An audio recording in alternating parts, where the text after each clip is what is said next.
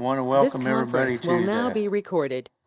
October 21st Metropolitan Area Planning Commission meeting. Our first item, well, let's hear the recordings first.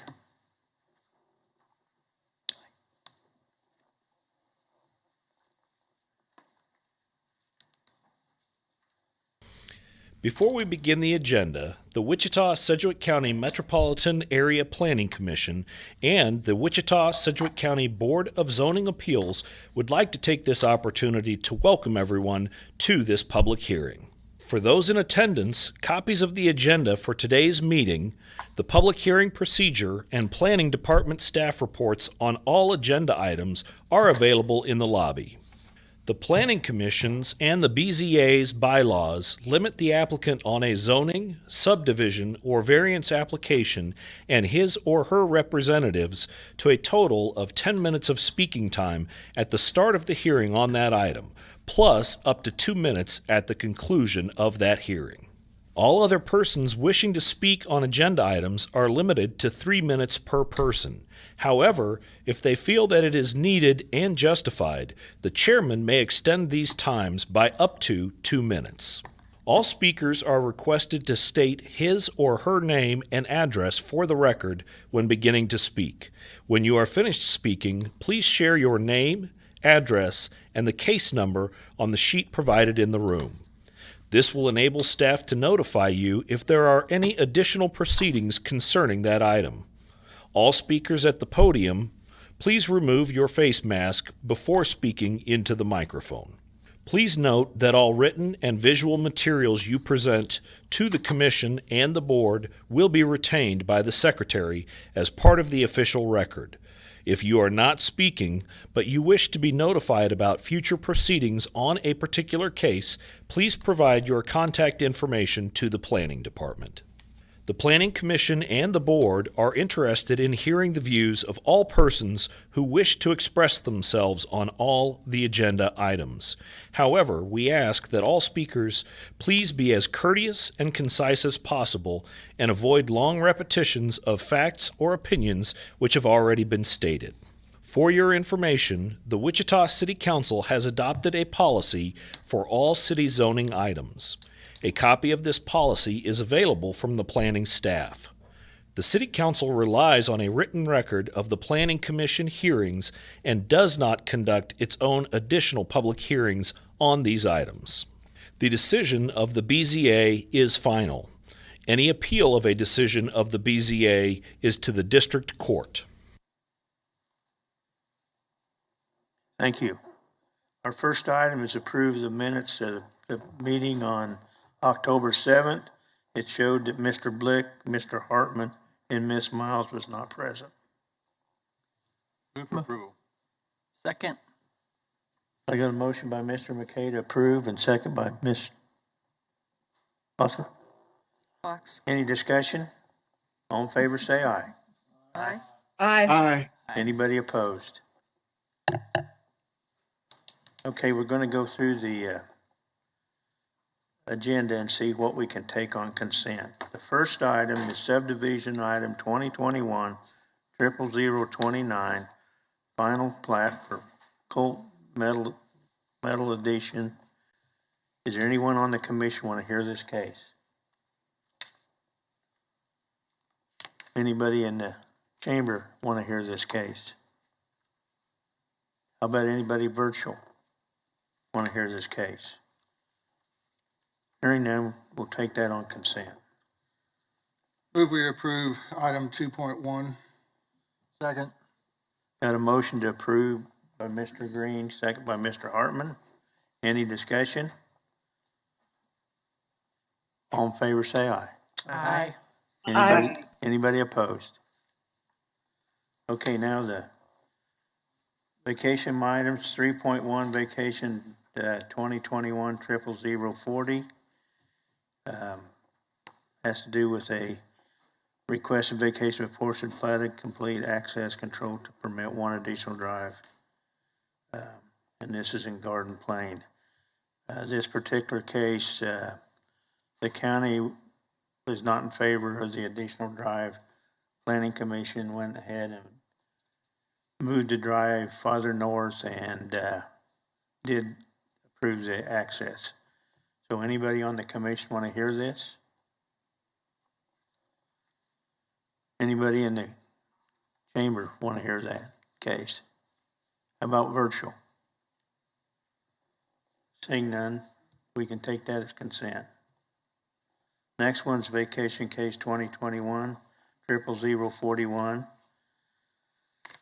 This is the vacate or reduce a setback to allow the construction of a porch. The only change on this particular one, Mr. Longnecker indicated that he made a mistake by 1 foot. And that's the only change, I believe, that's on that case. Anybody on the commission want to hear that case? Anybody in the chamber want to hear that case? Anybody virtual? Seeing none, we'll take that on consent. Now, I guess we need a motion for these two items. Move to approve 3.1 and 3.2 for staff comments. Got a motion to approve by Ms. Fox and second by Ms. Miles? Foster. Or Foster, I'm sorry. We look so Any much- discussion? All in favor, say aye. Aye. Anybody opposed?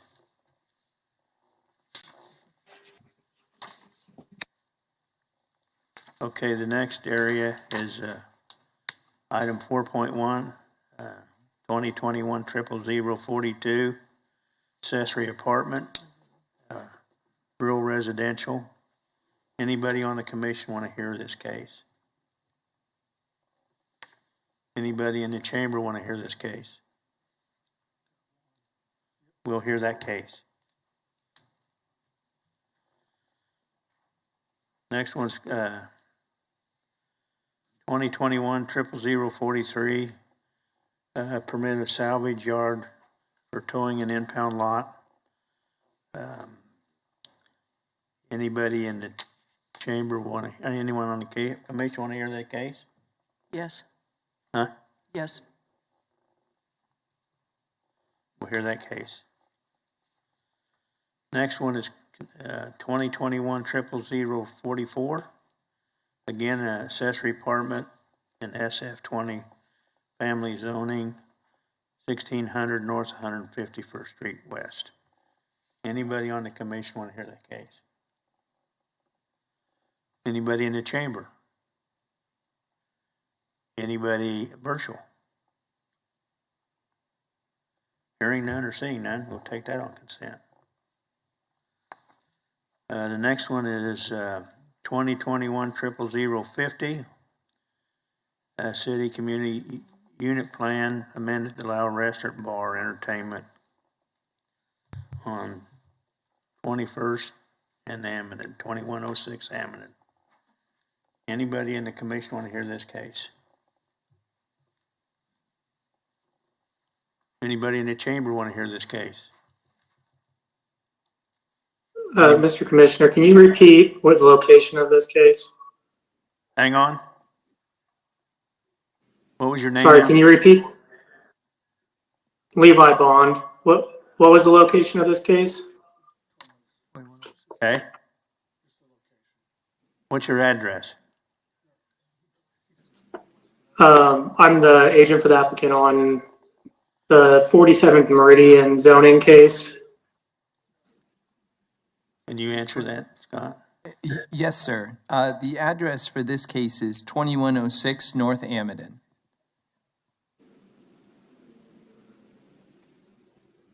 Did you hear that? Yeah, which number was this? Sorry, I might have missed it. This is 2106 North Ammonite. item 4.4 on the agenda. Oh, okay. Sorry, Scott. Mr. Chairman, I believe you were asking if there was anyone virtually who wanted to hear this case. So we can take this on consent, right? Okay. Okay, the next one, CUP 2021 00051 and zoning 2021 0045. It's at 47th Street south of Meridian. Anybody want to hear this case on the commission? Anybody in the chamber?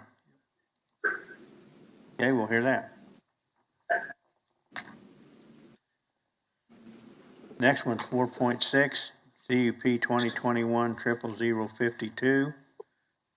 Amend community unit plan to allow a restaurant and bar and entertainment at 602 North Tyler Road. Anybody on the commission want to hear this case? Anybody in the chamber want to hear this case? We'll hear this case. The next one is zoning 2021-00043. This is a city zone change from SF5 to GO General Office, located at West Central Avenue and 1 block west of North McLean Boulevard. Anybody on the commission want to hear this case?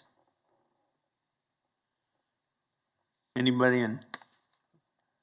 Okay, we'll hear this one. I have a conflict and won't vote on that case. I don't know if this is the right time to tell you that, but I don't want to forget. Next one's 4.8, zoning 2021-00044. This is a zoning change from SF5 to TF3. 2 blocks, let's see, Zoo Boulevard and 2 blocks south of West 9th Street. Anybody on the commission want to hear this? Anybody in the chamber want to hear this case? Anybody virtual? Commissioner, this is Commissioner Blick. I just have a question for staff. As soon as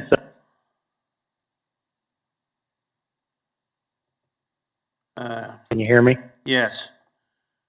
Do we want to take Okay, that? this is Commissioner Blick. Do we want to take that question now? Let's take the question now.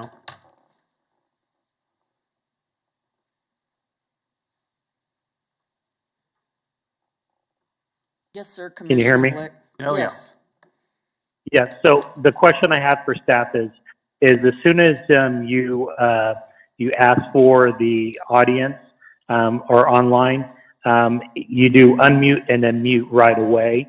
I just wanted to verify that you got my vote at the very end or for the minutes. I abstained from that, and then also on the last couple of motions, I motioned to approve also. But I just didn't know if it went through or not because it went mute all of a sudden. The system did. Yes, so you were here at the beginning of approval of the minutes? Yeah. Okay. Yes, correct. I said abstention, but it automatically just mutes me for some reason, so you guys can't hear me. Okay. Okay. Anything Thank else? you. That's all the question I have for Oh, staff. he didn't have a Yeah, sorry about, question. sorry to interrupt. All right, we'll take this on consent. All right, take a motion on the consent items.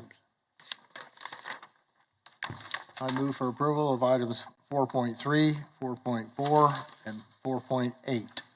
Second.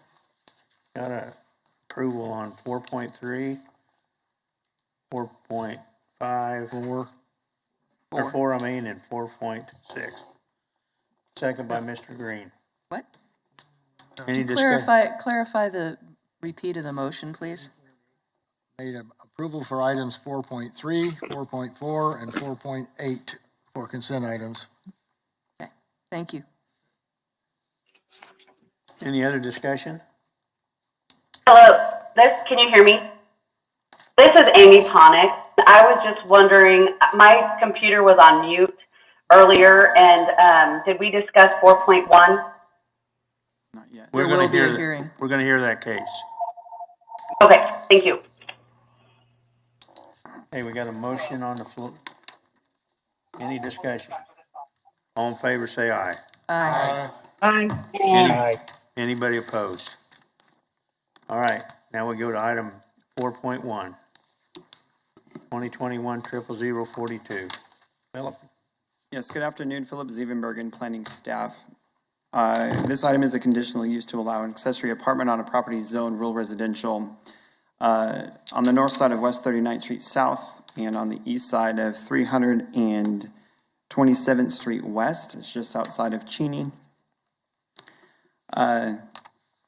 The applicants are looking to add an accessory apartment to the property. If you go to the aerial image, can kind of see them here. They have about a quarter of a mile driveway, and their cluster of buildings on the property is about almost a quarter mile away from either street that their property touches. They're adding this structure in and amongst the cluster of buildings that they already have on the property. Your staff report includes the supplementary use regulations from the zoning code, which say that it has to be in character with the existing structures, that all utilities have to be under the same ownership, being out this far out in the county.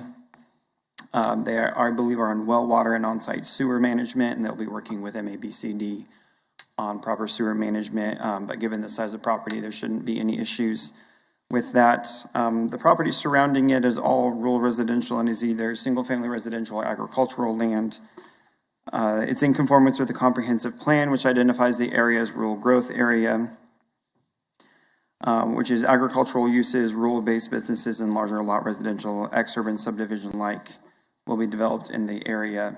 And so an accessory apartment on such large plots of land are usually of no issue. Staff is recommending approval, subject to the conditions of your staff report, which pretty much mirror the supplementary use regulations in the zoning code. Our basis for this is on the findings that it's the surrounding properties. There should be no adverse impacts to surrounding neighborhood or surrounding properties, as they're pretty much a quarter mile from most places, and it's all pretty much agricultural, and they're adding just additional residents within their cluster. If you remove these restrictions of the rural residential and add the conditional use, won't have these detrimental impacts, and it's in conformance with the comprehensive plan.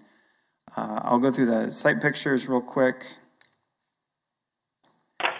This is the site plan. It's a zoomed in version just because, as you saw in the aerial, their driveway is considerably large, and so to have a scale site plan to show you actually what the site looked like, you wouldn't be able to see anything. They have an existing home over here. They've got a storage shed and a shop, and they're looking to add the additional dwelling unit this direction, or over here kind of at the end of the drive. And we'll see what this looks like on site with the pictures. This is looking north. The fences you kind of see to the left of the picture here, those are along their driveway. So from 39th Street South, you just see the cluster of trees. Next picture. This is on the property. This is that shop on the site plan, the one that was kind of towards the left. If you go to the next picture, this is looking at the house that's existing on the property and towards the driveway. Next picture. This is looking south towards 39th Street. Next picture. This is where the accessory unit will be. They have it kind of demarcated with some flags over in this area. The first picture we saw with the shop is over in this direction. Next picture.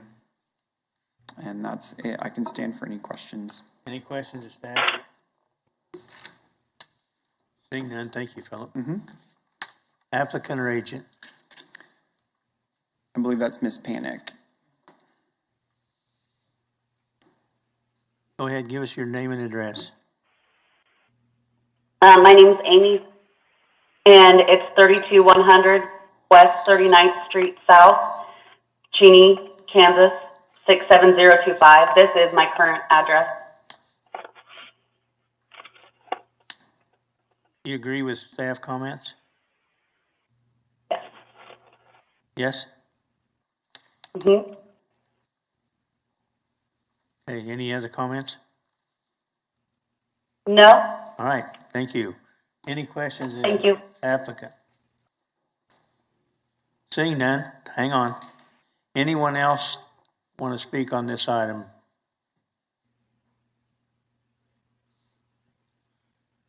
Please state your name and your address, please.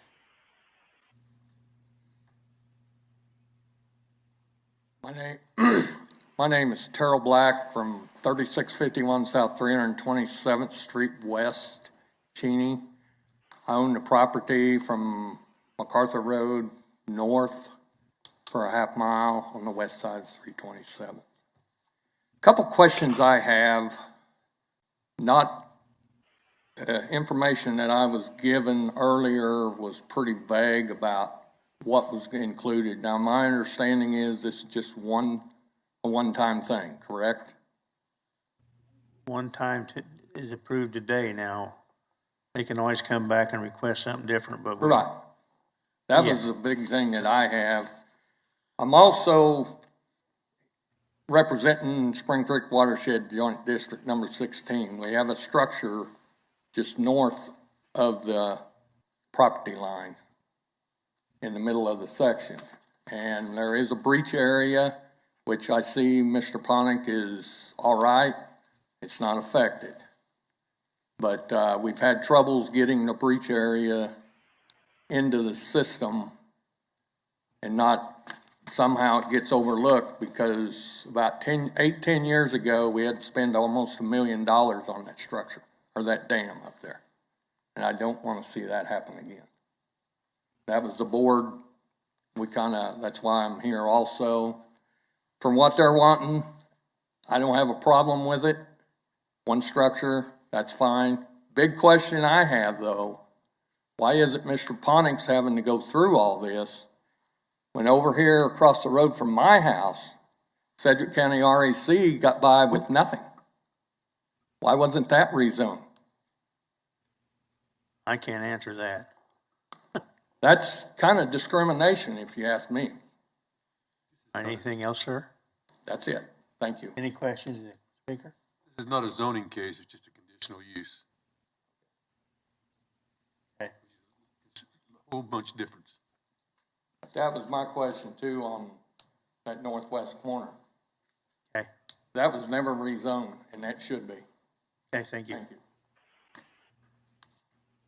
Anybody else like to speak on this item? Yeah, Scott. Yeah, Mr. Chairman, I just wanted to offer that with the gentleman's question, staff would be more than happy to look into the situation and just let him know what the background is on that one. Okay. So, sir, as long as we've got your address and contact information, we'll make sure to get in touch with you. Thank you. Anybody else want to speak on this item? Seeing none, I guess since he wasn't opposing what this was, no sense of rebuttal.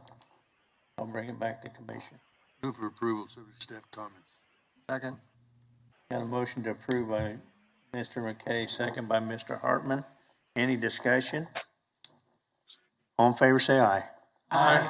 Aye. Anybody opposed? All right, the next item is 2021-00043. Has to do with the salvage yard at 3527 North Broadway. Good afternoon, Commissioners. Kathy Morgan for the Planning Department.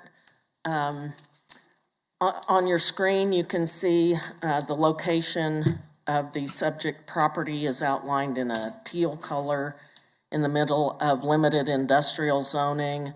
On the east side, east of the railroad tracks that go there is general industrial, and then the pink is general commercial, and then there is residential to the west.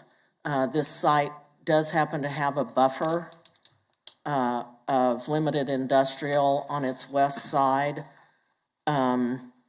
With wrecking and salvage yards, we put conditions on those to where they have to conform with the use regulations and have to be screened, fenced, a solid fence, so a minimum of 8 feet in height. They will have to do landscaping, some kind of landscaping along North Broadway.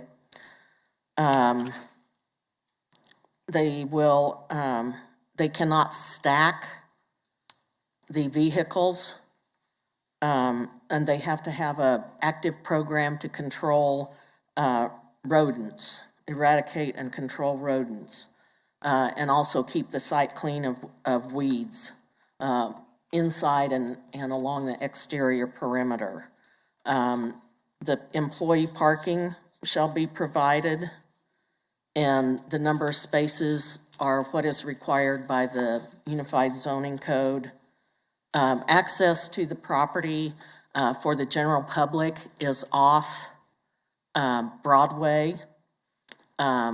There is access for the business to bring wrecked vehicles into the storage area from, as you can see there, from 35th Street. North Market has a vacated alley or vacated street right there, and they have a locked gate at that entrance that they will use for access into the storage area. And that emergency access will be accessible to fire, police, and emergency.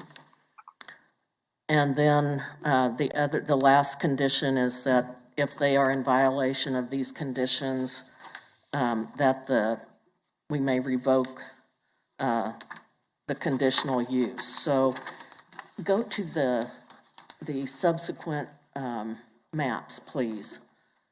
So this is the aerial. Can you go to point to the northwest corner of the red outline? Yes, right there. That's where the gate is locked. And the rest of that street, which is Market, is vacated, and each property owner has half this street. Go to the next one. This is the comprehensive plan, future growth map. And as you can see, it's on the edge. There's already limited industrial in there with construction, storage, and other businesses like that. So staff recommends that this is in compliance, or finds that this is in compliance with the comprehensive plan. And let's see, it is outside. The comprehensive plan is the only plan that applies to this area. Go to the next map, please, is the site plan. We are requiring that the storage area be set back 100 feet from the North Broadway right-of-way. So you can see on their rough site plan that they will have that blue solid line is where that 100-foot line is, and that will be, the storage area will be screened at that point. And then there's an existing building on site, and they will have all of their customer parking and employee parking there adjacent to North Broadway. And then just run through the pictures right quick if you would. That's another. Okay, so this is looking at the site from Broadway looking northwest. That building you see is what would be the office building. Next. This is looking directly west at the site. Next. And this is looking toward that's wrong. I made a mistake on that. No, that's right. This is looking from Market, the north end of the vacated street there, looking back southeast, where that is the gate that would be the entrance for the towed vehicles. Next. And then this is looking west at the south end of the site from North Broadway. It's hard to get all of those buildings in there. And I think that is it. Oh, looking northeast from the site. So you can see the railroad tracks there built up, and then all of that land to the east and northeast is zoned general industrial. So with that, I will answer any questions. And Mr. Hickman? So you did a good job of photographing this area, but through a lot of chain link fence with barbed wire top? Yes, but Is that they will have to rectify that. So they have to The tear that out salvage- and put solid screening in? So The salvage has to have solid screening, yes, and they will have to have, landscaping along North Broadway. Now, I don't know that they would have to, the solid screening would be from the point where the salvage or the wrecked cars are behind the solid screening. Right? Yes, okay. Mr. Green? Yeah, again, could you say what part of Market Street is vacated? Can you go back to the zoning map, please? There you go. Okay, so, well, go back one more. Go to the aerial. Okay, so at the northwest, the North Market Street is still open for those down to the red line from, Okay. what is that, 35th Street. And then it is vacated south of there. Thank you. And Kathy, that is dirt, is that correct? Yeah, the The part of Market Street is gravel, yeah. Sand It's gravel? Okay, there's not much gravel. Any other questions? Okay. Ms. Fox? Kathy, I'm not clear. Is the part of Market Street between 35th and the subject property, is that vacated? Because No. it looks like it's not. No, it is not. There's a house right there on the corner, and the business on the west side has access, or I'm sorry, on the east side of Market has access off that. So the gate, from the gate south is where Market Street is vacated.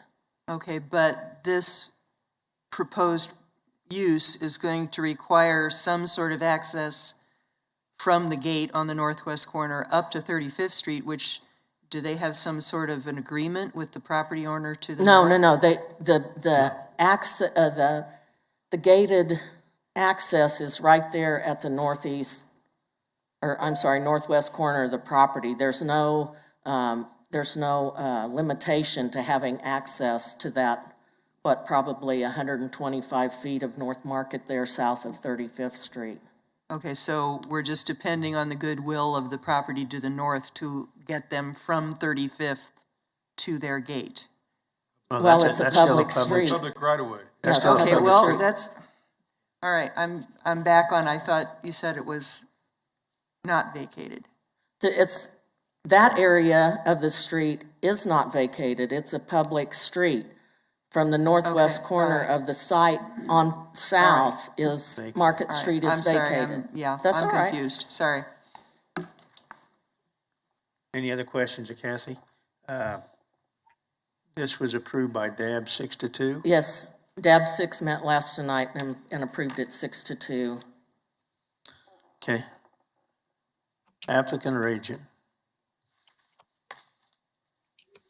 Please come forward and give us your name and address, please.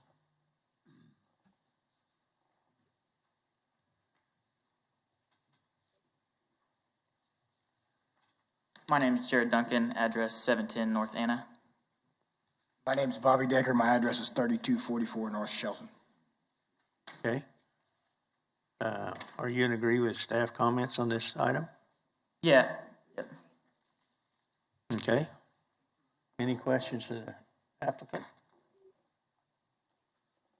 I guess not. Thank you. Anyone else like to speak on this item? Anyone else? Seeing none, I'll bring it back to commission. Anybody virtual want to talk on it? Bring it back to commission. What's the pleasure of the board? I move for approval, subject to staff comments. I'll second. Second. Got a motion by Mr. Hartman and a second by Mr. Nix, I believe, first. Any discussion? All in favor, say aye. Aye. Aye. Anybody opposed? Okay, the next one is item 2021-00051 and zoning case 2021-0045.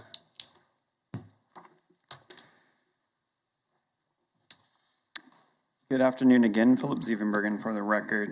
CUP 2151 and Zone 2145 is an application to rezone a portion of a property from single-family SF5 to LC Limited Commercial. You can see on the zoning map that the majority of the site located on the northeast corner of West 47th Street South and South Meridian. The majority of the site is zone limited commercial, and there's just a sliver here on the edge of the park property that is zoned single-family SF5. So the zoning aspect of this case is unifying the zoning to all commercial in order to promote and support this commercial development that's proposed. The CUP aspect of this case is to establish the 47th Meridian Community Unit Plan. It would be CUP DP 360 if it's approved. Base zoning of limited commercial. Platting of the property is going to be required in order to obtain building permits that will also take care of things related to drainage, utility easements, access, things of that nature. The applicant states that the intended development is to be mixed use with commercial parcels as well as residential development with duplexes or higher density. The CUP contains 3 parcels. If you want to go to the CUP plan, might have to click through several slides. Here we go. There's 2 smaller parcels along 47th Street and then the larger parcel, parcel 3, on the north end of the property. It's showing 2 full access drives on 47th Street and 2 access drives on Meridian. The site visit showed that these driveways actually already exist. There's a median. Basically, the intersection has been approved and the street has been rebuilt to where these access points are already built into the structure, where likely there should be no issues with traffic engineering is what I'm getting at. Apologize for the stumble there. All parcels without access to public streets will have access through internal circulation. The CUP states a 60-foot building setback along the arterial frontages. This is 25 feet greater than the minimum 35-foot setback that the CUP regulations require in the zoning code. Applicant states that this is to ensure uniform development, and they say it provides a minimum space for a single drive aisle with 2 rows of parking between the right-of-way and the building. The reason that's in there is staff kind of did some pushback on why such a great setback and not letting the market do it, but that was what their desire was. Since the minimum is only 35, if they wanted a 60-foot setback, that was for basically ensure enough parking and access between the aisles, between the building and the right-of-way. The CUP states that the uses that would be permitted by right would be those in limited commercial on each parcel with several exceptions, and you can see those in the CUP text. Most of those exceptions are pretty standard things that are generally unfit for areas of this kind. It would permit nightclub in the city if it's an associated use with an event center, restaurant, or church. So again, as we've had a lot of discussion this year in planning commissions regarding the definition of nightclub, but kind of for the benefit of those in the audience today, a definition of nightclub is required if an establishment is serving alcohol and also wants to provide live entertainment such as a live band, a DJ, there's dancing. So like an event venue, if they wanted to have a wedding reception and they served alcohol and had dancing, or a DJ would technically need a nightclub status. We have 2 applications on the agenda today where there's restaurants who happen to serve alcohol who want to provide live entertainment. They're pursuing nightclub definition amendments to their CUPs in order to do so. So not to say that a nightclub in the city standard would be allowed only associated with an other type of an establishment, basically prohibiting a typical nightclub as you would commonly think of it. It would just have to be more of an event center or a restaurant, something like that. Staff recommends that tavern and drinking establishment be added to the list of prohibited uses within 300 feet of the east boundary due to it abutting a public park. There's also a nearby elementary school within 750 feet east of the subject site as well. So that would be permitted, just not within 300 feet of the east property line. The CUP states that outdoor storage and display would be permitted as in general commercial. In limited commercial, there's a significant restriction on outdoor display and sales or storage and display. Staff is recommending that the text for the CUP regarding the outdoor storage would be permitted by what would require conditional use in limited commercial, which would be 10 and 20%, up to 20% of the building floor area of the principal use that it's for. So to restate that again, in limited commercial, if it wasn't in a community unit plan, they could pursue a conditional use to allow outdoor storage up to 20% of the floor area of the associated building. Otherwise, it's limited to 10%. This is less than what the applicant is requesting. Staff determined that this was a compromise versus just allowing it in general commercial, which has no restrictions on outdoor storage or display. And then the display would be allowed as in general commercial, but the restriction being on the outdoor storage. The applicant is proposing some reasonable departures from the standards of the zoning code. General provision 6D, it states that light poles within 100 feet of residential uses are limited to 15 feet in height.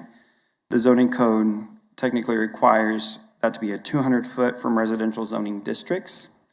This site is unique in that if you go back to the aerial, as I mentioned before, on the east property line, it is zoned single family SF5, but it's a public park. So if you were to have taller light poles, you wouldn't necessarily be having any issues with light pollution at the park because it's not a residential use. It's zoned residentially, but it's not a residential use. Therefore, when you talk about residential uses, that's still requiring a restriction on the north side because there's residential uses there, but it understands that there's a park on the east side, it's zoned residentially, so there's some give and take on allowing a little bit of leeway with the lighting if they were going to have it on the east side because it's not a residential use, it's a public park. General provision 7C, it says no additional screening shall be required along the north property line of the development unless the existing masonry wall is removed or significantly modified or reduced in height. There is a masonry wall on the north side, which is in compliance with these CUP regulations in the zoning code. The applicant is still required to adhere to the landscape ordinance. So they will be required to plant landscaping on the north side, but we feel that that is acceptable since there's an existing masonry wall there. General provision 7D, the applicant is proposing that the screening requirement for a 6-foot masonry wall on the east side be downgraded to a 6-foot fence. So instead of a masonry wall up along the park boundary, they were looking for a 6-foot wood fence along the east property line. Staff is recommending approval of the fence with the addition of requiring landscaping be 1.5 times required by the zoning or required by the landscape ordinance, and 1/3 of the trees to be evergreen. The rest of the language in the CUP is pretty standard regarding architectural controls, landscaping, cross-lot circulation, and parking. Screening of outdoor storage work areas, mechanical equipment, things of that nature, and parking would be per the code. Property to the north is zoned single-family residential, is developed with a single-family dwelling and accessory structures, and there's also agricultural land. Property to the east, as we've talked about, is zoned single-family and is Sunview Park. To the west, across Meridian, is zoned limited commercial and is undeveloped. And property to the south is limited commercial and it's agricultural land. City water and utilities are available. South Meridian and West 47th Street are 5-lane arterials. The intersection has been improved with turn lanes and is signalized. Property or the zone change and community unit plan are in conformance with comprehensive plan, which identifies the property as appropriate for residential and new residential. It is not in conformance with the property. Let me back up. It is because even in these categories, the comprehensive plan does state that based on market-driven factors, that pockets of institutional and commercial uses would likely be developed. So even though the use category is residential, the comprehensive plan understands that, especially at an arterial intersection, you might have some commercial development within a residential category. The site is also located within the boundaries of the South Wichita-Hayesville plan, and it identifies that a desire for new commercial development in the area, and the future land use map identifies it as appropriate for commercial development and residential development. Staff is recommending approval, subject to our requested change of the CUP language as we discussed just now, in addition to our standard conditions for recording of documents for the CUP and providing staff with copies of the CUP as well. Our findings for this, the general character of the neighborhood, there's already limited commercial zoning on 2 of the sides of the intersection. Actually, 3 sides, the southwest corner is also zone limited commercial. There is single family zoning to the north and to the east. This CUP is proposing residential development in addition to the commercial, so it could likely buffer the commercial from the residential properties. It is suitable for commercial construction. Historically, the intersection of 2 arterial streets has been deemed appropriate for commercial development of this nature. It's in conformance with the comprehensive plan and the South Wichita-Hayesville plan as well. With that, I can work through the site pictures. We move forward. This is looking at the property to the northeast. You can see the aerial images show that there were the existing structures on there. Those have been raised. It is now just a vacant site. Next picture. This is looking to the southwest. This property is zone limited commercial as well, but undeveloped. Next picture. This is looking at the property from the park. You can see kind of the dirt pile where the recent demolitions were. You can see kind of back in the corner here, up here, this is the north side of the property. That's the masonry wall on the north side of the property. Next picture. This is the parkland just to the east. Next picture. This is looking south at property zone limited commercial, but is agricultural field. And I believe that is it. I can stand for any questions. Any questions of staff? Mr. McKay? Bill, if I'm following along, presently there's a CUP on this piece of property with the exception of the east strip of land. Is that correct? No. The majority of the land is zone limited commercial. They're looking to develop the CUP as part of this. This zoning code requires any commercial development 6 acres or greater to establish a community unit plan. They're rezoning the SF5 sliver on the east side of the property and establishing the CUP. The LC limited commercial corners were rezoned back in, I believe, the late 50s or early 60s. When this was likely in the county, there was a rezoning that happened of all arterial corners within the 3-mile ring of Wichita to help just cut red tape of development and just allow commercial development at arterial corners. But now with the zoning code as it is written, a community unit plan is required for any commercial development over 6 acres. Mr. Green? Yeah, on the, I guess on the background, the last sentence identifies that they're going to use this, or at least portions of it, with mixed use, commercial parcels and residential development with duplex or higher density. What is the building height max on It would be what is allowable in LC, and I apologize, I don't recall that off the top of my head, but I'm sure J.R. Cox with zoning administrator can look that up for me. Or maybe Scott can while we discuss other things. We'll get that answer for you, Mr. Green. Thank you. To answer your question, if you're thinking about building height, because of residential zoning that is abutting to the north and to the east, compatibility height setbacks would have to be, setbacks as well as height limitations would be in effect. Go ahead. Yes, ma'am. And why would you consider a fence instead of a wall on the side separating with the park? We figured just with the park setting not being residential use, to allow the fence more from a compromise of understanding the expense of putting up a wall versus the compromise of the fence with additional landscaping. Any other questions?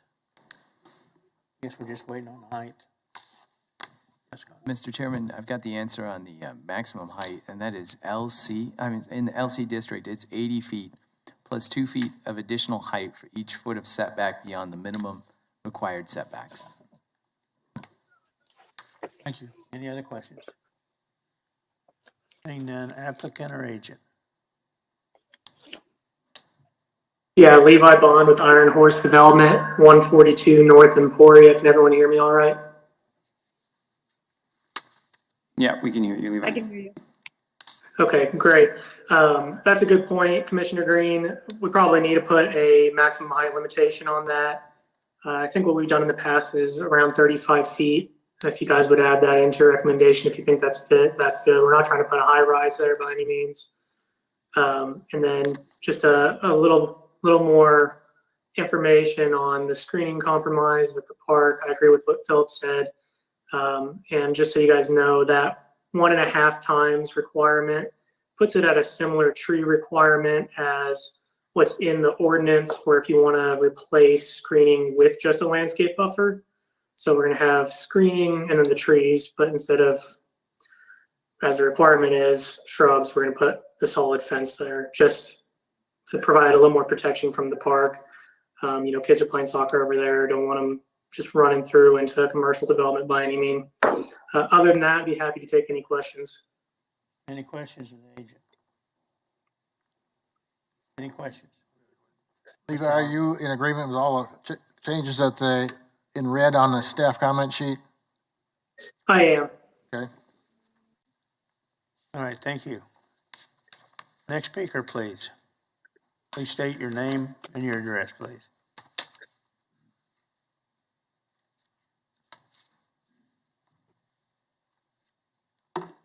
Teresa Ingram, 2417 West 45th Street South, Wichita, Kansas, 67217. I own the property that's just adjacent north of the property in question. So because we didn't have the full report that was on the table today, my comments are going to be a little disjointed because it looks like some of the provisions changed slightly. So I'm not sure I actually captured everything. So my husband and I purchased the property north just in July of this year. And it was supposed to be our retirement home. It had everything we wanted, the big shop, pool for me. And there's actually a small house in the back of the property, and my parents have moved in there. So there's actually 2 addresses on this property. So we're going to take care of them. And it's got privacy and seclusion. We've actually got 5 acres there that's north of this property. So it's got the masonry barrier all the way around, and we have a gated fence. So then we saw the for sale signs go up, and when we were moving, and had we had the money, we probably would have purchased this property just to keep that seclusion that we had, but we didn't have the money, and so here we are. So our preference would be to leave it vacant, but that's probably not going to happen. But because I didn't have this full report, we want to appeal, this zoning change. If I don't win this zoning change appeal, I would like to, for you guys to consider some changes to the provisions. So, and one of those mostly is to limit the height of the buildings that are going to be next to our property. So I had these revisions by number. I'm not sure the numbers even match anymore based on the report that you guys have. So you mentioned the nightclub, and I get that, per the definition, it might mean something different to you, but when you say nightclub, it could be a nightclub. So I don't want nightclub in the city in the language. I don't want an event center. I assume you removed nightclub in the county because it's not a county residence. So I would say no alcohol establishments in general. That was number 3. In number 4, they talk about if minor adjustments are made to the plan, they didn't really have to file any formal ordinance. I would like for them to file a formal ordinance and give me a chance to respond or appeal. 6D, you did reference the lighting. I do want the lighting to be limited to 15 feet, even on the east side of the property, even though it's a park and open space. Otherwise, it could go up to 25 feet or even higher. And Ma'am, yes, your time's up. Do you need some additional time? yes, please. 1 minute? I would say 2 or 3. I I can thought give you. the limitations were 10 minutes. I can give you to 2 minutes, speak. but that's it. Okay. You know, there, like I said, there's 2 houses on the property. So there is a house at the very back of that property. So the biggest thing for me, I think, is that north masonry wall. That's our masonry wall. You guys cannot use that as their north barrier. I want them to require on 7C, they must create their own north line solid screening. They cannot use our masonry wall as a north barrier, and they have to maintain that. I'm not going to have their trash and everything coming up on my north barrier wall. And any major changes to the plan have to be submitted. I saw something about storage. I'm not keen on having that storage thing there. So there's no neighborhood to fight this. I'm the only home that's on that whole lot of property. So we're the only ones that can appeal this. We're hoping we can work together with the property owner so it doesn't invade our privacy. But if I can't win the appeal, we want to try for you guys to listen to our provisions and hope that, you know, you guys will listen and try not to invade our privacy as much as possible. Thank you. Any questions, of the speaker? Yes. Mr. Hartman? What was the maximum height that you were thinking of restricting this to on the buildings? You said I said 1.5 stories at the most. But you know, our masonry wall is like 6 foot. So anything, you know, they're going to be able to see over our property. So I would request 1.5 stories at the max for any building. The residential house can have 35 feet, which is 2 stories. I'm just telling you what I'm requesting. Like I said, my parents' house is at the very back of, you know, it's the very south end of that property. So anything that's built at the very north end of what they're requesting is going to be right there looking into my parents' house. How tall is your shop building? I don't know how tall the shop building is. Okay. It's fairly tall. And that's relevant because Now, staff can correct me on this. This property's already zoned LC. So, I mean, when you bought this, it was zoned LC, so I don't know if you looked that far to see that there could possibly be commercial. I don't disagree with that. I'm just saying. But Any other what's the questions? relevance of my shop height to I've got a question. Ms. Hartman? my privacy? Is your masonry wall on the south property line? No. Our masonry wall is inset at least 10 to 15 feet, And how tall is it? 6 foot.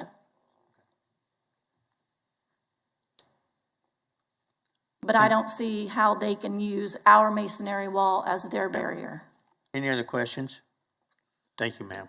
Well, I guess one question, if they were to build a masonry wall on their property line, then you would be responsible for maintaining the property between your wall and their supposed wall. We maintain the property outside of our wall today because it is inside our property line. Okay.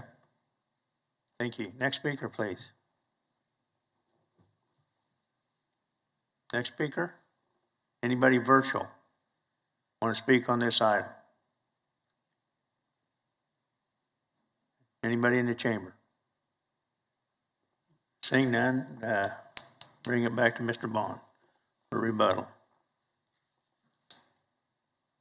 Yeah, thank you, Commission. I just want to quickly address some of our concerns. I think all of that's, normal for a neighbor to be concerned about. Like we talked about in my initial statements and answering your questions, I think that a height on the building is reasonable for parcel 3. I think 35 feet is pretty standard, and we'd be acceptable of that. Nightclub, I know how nightclub can sound to everyone. I know you guys have had these conversations at least 100 times with staff. We would ask that you still keep that in there. I don't know how to explain it to her other than how Philip did. It's not just a place for people to go booze up by any means. If it's related with a restaurant, but they want to have entertainment inside, like a band or any even poetry, spoken word poetry, I think counts as entertainment. It's a slippery slope, and we're just gonna be back here if they ever put anything in. And we'd rather not do that when it seems reasonable. So that kind of same thing with the event center and alcohol establishments.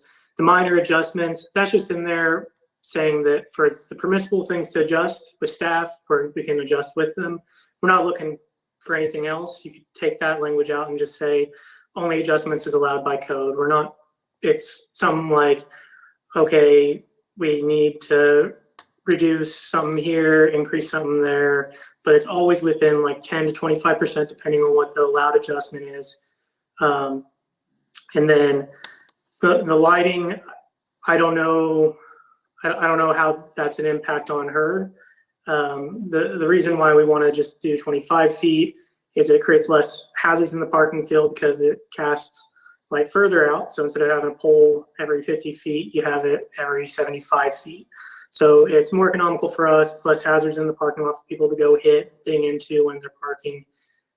I would leave that up to you, but in our opinion, that would be the reasons why. If I could just have one more minute to address your last two comments and hopefully offer up a... Mr. Bond, your time. Yes, sir. You need any more time? Yeah, if I could have one more minute. She just had 2 more points that I'd like to address. Okay, I'll give you 1 more minute. Okay, and then on the north line solid screening, it was just a thing where why would you double up on expense? As you guys know, a masonry expense can run over $100 a linear foot. That's $50,000 back there. If you guys would want to require some solid screening, I think we'd be agreeable to a wood fence like we're doing on the east side. For the visual of it all, that would decrease, I guess, the visual impact on them. That with the 35-foot height reduction.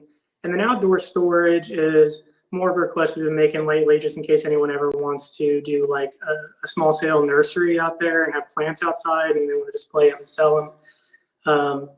And the increase is only from 10 to 20%. I don't think that's too much of a burden on them, but really that's up to you. That's where our head's at when we're doing these CUPs. Like some of the commissioners have pointed out, this is already zoned LC. Everything we're asking for is a reduction from just pure LC. And we're willing to work with you guys. Be happy to answer any questions. Any questions? The agent? Any questions? Seeing none, we'll bring it back to commission. What's the pleasure of the board? Yeah, just one question. Levi, you said that I know I brought up the whole building height conversation, but I think I understood you to say that you would be agreeable to 35 foot if we were to add that into the requirements. For parcel Yes, 3. sir. I think that's fair. I think that was just an overlook on our part. I think that's reasonable on parcel 3 to be 35 feet. And just be frank, I don't think any of these buildings will be over 35 feet on the entire parcel. We don't typically build too much above that in Kansas. So. Okay. Realizing that you could go up to 80 if you wanted to. I realize that. We were never going to go up that high. So. Okay. All right. Thank you. Mr. McKay? Well, the lady that spoke, according to the zoning map here, that's his LC, but the property to the north is B. So you're talking about a height, it's not single family, it's B.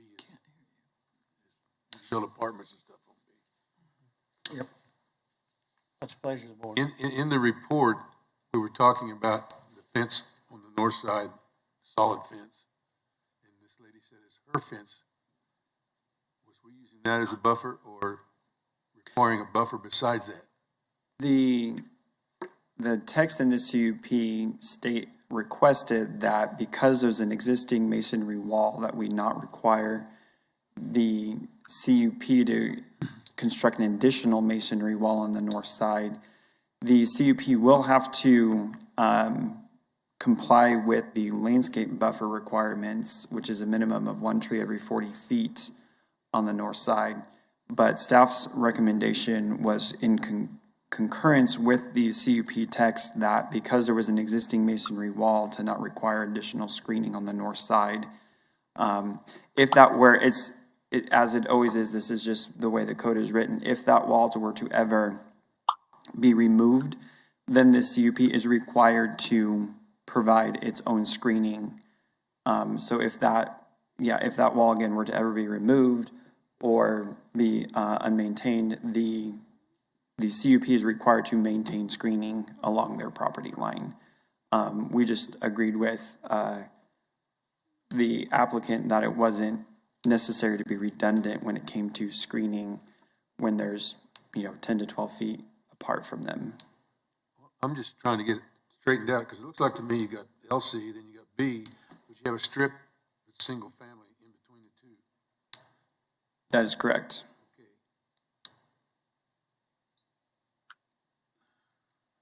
I guess I'm confused simply from the standpoint that's such a small, narrow strip of property that's single family. Why you would even require a fence on the north side to be, except for that part along Meridian that is single family. The CUP text in the zoning code requires a masonry wall next to residential zoning. But it's the park that we're talking about. No, this is the north side. No, I'm talking about the north. He's talking about what's the this requirement strip between right LC here. and B? I thought he was talking about the narrow But strip to the side. No, the narrow strip to the north right here. This is where Okay. the existing masonry wall is located. Not on that property. It's on Okay. the B property. Right, but because there's single-family zoning, the text in the zoning code requires a CUP to provide a 6-foot masonry wall at a minimum when adjacent or abutting to residential zoning. What's the requirement between LC and B? If it was just the regular zoning, correct me if I'm right, I don't require, I think because B is still residential zoning, any commercial zoning adjacent to or abutting to residential zoning requires screening. Whether it's B or SF5 or TF3. So Philip, the strip on the north side is really the space between the masonry wall on the privately owned residential on the north and the property line of the LC. That is my understanding that So that's the 10 feet. That's likely that 10 feet is their wall is likely here at that brown line, and the property line with the CUP is here with that SF5 strip in the middle. I'd like to comment that I think having a masonry wall and either another masonry wall or a fence 10 or 15 feet apart or whatever the homeowner to the north said would create a space that would be unpleasant, at least, collect litter, be dangerous, just all kinds of reasons why it's a really bad idea. I think the private screening wall accomplishes the goal of screening. And on the east side, between this tiny strip on the east of what is now single family but will become LC zoning and the park, I think a wooden fence is sufficient, especially given the trees. I would rather have more landscaping on the park side than a masonry fence, given a choice between the two. So I think those conditions make sense on this. Mr. Nix? Well, kind of along the same lines, I guess it's a question for Lee, but I think I heard as far as screening trees every 40 feet. Is that what you said? That would be along the north side. That's the On the minimum. north side, doesn't seem adequate to me, but I think in Well, that's not previous screening. cases. That would be the landscape buffer. The screening is accomplished with the wall. The landscape buffer is 1 tree per 40 feet. I understand. I mean, I get it. However, we do have that space. I guess this question for Levi. I'm wondering if we could accomplish screening by combination of trees 40 feet and then shrubs in addition to that on the north side. Seemed like that would be an easier thing than have. I'm with Ms. Foster. 2 walls doesn't make a lot of sense to me with that dead space in between. Mr. Dill? Mr. Dill?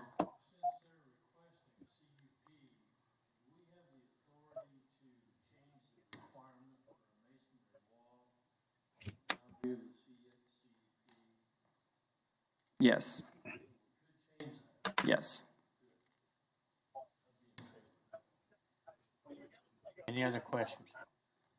On which wall? On the wall to between the park?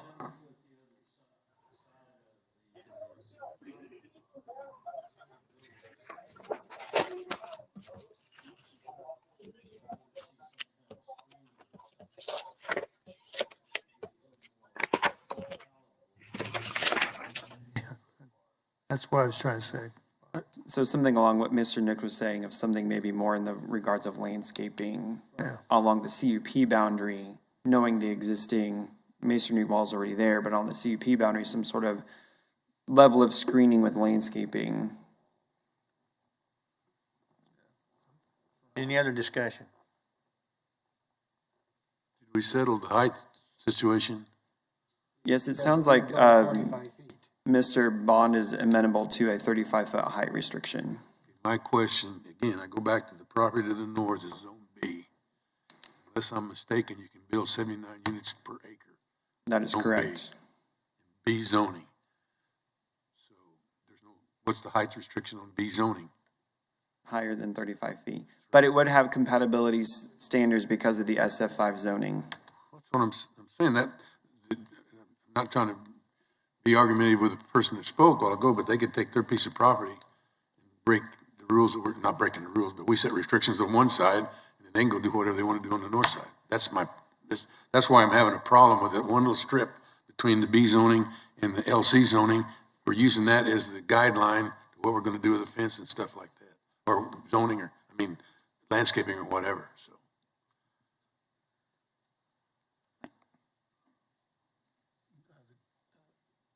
Thanks. Got that, of course. Mr. Chairman, in response to the question about the maximum height in B zoning, that is 55 feet plus 1 foot of additional height for each foot of setback beyond the minimum required setback for all property lines. Thank you. What's the pleasure of the commission? I'd like to move to approve the request with a couple of exceptions or additions, I guess. One would be to limit any building height to 35 feet on this property, and then to On add, all the property or just on parcel 3? Just on parcel 3 or on all the property? I'm saying 35 foot is what the developer has agreed to, or I'm sorry, the parcel agent 3. is 35 feet on all He said properties there. 3. If it's parcel 3, then it's parcel 3. Also, I would add landscaping to be added on the north property line. Trees every 40 feet for the length of the masonry wall. And then obviously the comments in here concerning if any of the north property screening should disappear, then the CUP would be responsible for replacing that. But I would add some screening in there, some landscaping on that north wall, or north property line. Got a Don't motion? we already have landscaping involved? So on the north side, the landscape ordinance would require 1 tree per 40 feet already. There's already in there. So that's already a You requirement. want more than that?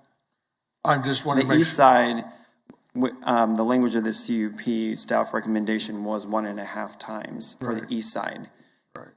So are you wanting more on the north Well, 1.5 side? on the north? no, I just want to Okay. I just want to ensure that Gotcha. landscaping is included in there. I think the language ought to be the same. I mean, 1.5 on both sides would make sense to me, Okay. just to take it. 1.5 then. 1.5 times landscaping requirement on the north and the east side with the 35-foot building height max. And that is a motion. I'd like to go back before, I'll second the motion, but we're talking about just the big piece on the north or the whole CUP? For the 35-foot building height? Yes. Or for the landscaping? Both. I think that it's for, my question was not specifically for lot 3 or for parcel 3. Mine was for the entire parcel, all 3 parcels. I think we need to ask that. And I think if we can ask Levi on that. I'll leave that up to you guys. We can deal with 35 feet on all 3 parcels, or if you just want to make it parcel 3, it's up to you. I'll second if it's just parcel 3. Okay. All right. Okay, we got a motion to approve with the exception of the height on parcel 3 of 35 feet and 1.5 times the landscape on the north along the existing masonry wall and the east property line. Is that correct? Yep. Any discussion on the motion? Clarification, Bill, you said in the motion, it can't be on the because there's a 10 or 15 foot distance between property line and the fence. So it has to be on the CUP property, Yeah, CUP property. not adjacent to the fence, but on the CUP property. Okay. Any other discussion? That 1.5% landscaping is down the whole east side also, next to the park. 1.5 times. As it's called out. Any other discussion?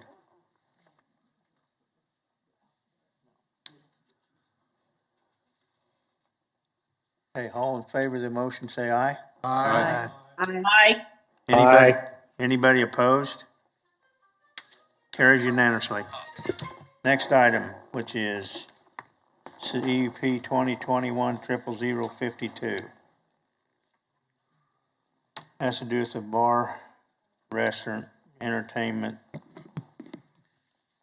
CUP 602 North Tyler Road. Yep, CUP 2152, the applicant is requesting an amendment to the CUP of the West Center Community Unit Plan DP 19 to add nightclub in the city as a permitted use on parcel 1A. Property is zone limited commercial and is located on the southeast side of Central and Tyler. You can see that on your screen. The surrounding property is all zone limited commercial. However, if you go to the aerial photo, there are, you can't see them in the aerial across this road right here. There are apartment complexes.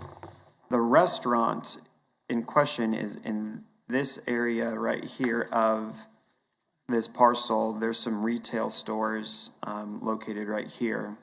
Actually, no, this is the restaurant. I'm sorry. These are the retail stores.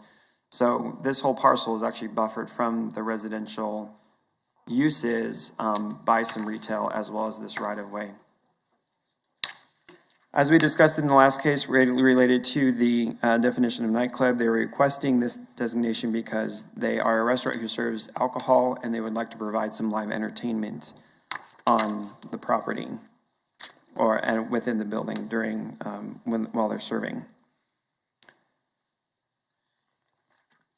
The staff is recommending approval of this, subject to several conditions.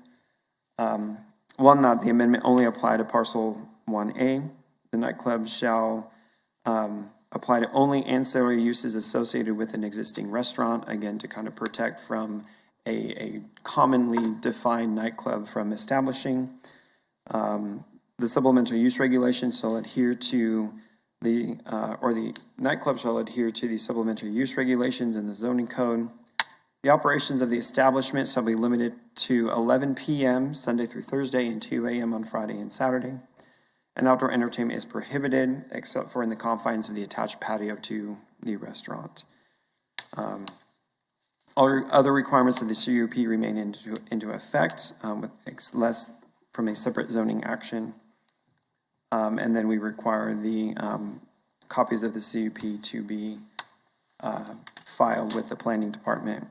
The findings for our recommendation are the zoning and the character of the uses, as I mentioned before, is all limited commercial surrounding them, with large retail, fast food restaurants, banking establishments, things of that nature. There's a storage unit to the south. We don't feel that the removal of these restrictions would have any detrimental effect, given the conditions and the governing of the CUP. It is in conformance with the comprehensive plan, which identifies the site as appropriate for commercial uses. And I can take you through site pictures. Going forward, keep going. This is looking at the restaurant to the east. Tyler Road is in the foreground of the picture. You can see the patio is the most prominent feature along Tyler. You can also see the warehouse self-storage on the south side. There's a Spangles restaurant on the north. Next picture. This is the retail that is east of the restaurant that buffers it from the apartments that are east of the property yet. Next picture. This is looking to the northeast towards Central. Next picture. This is looking to the northwest at the shopping center across Tyler. Next picture.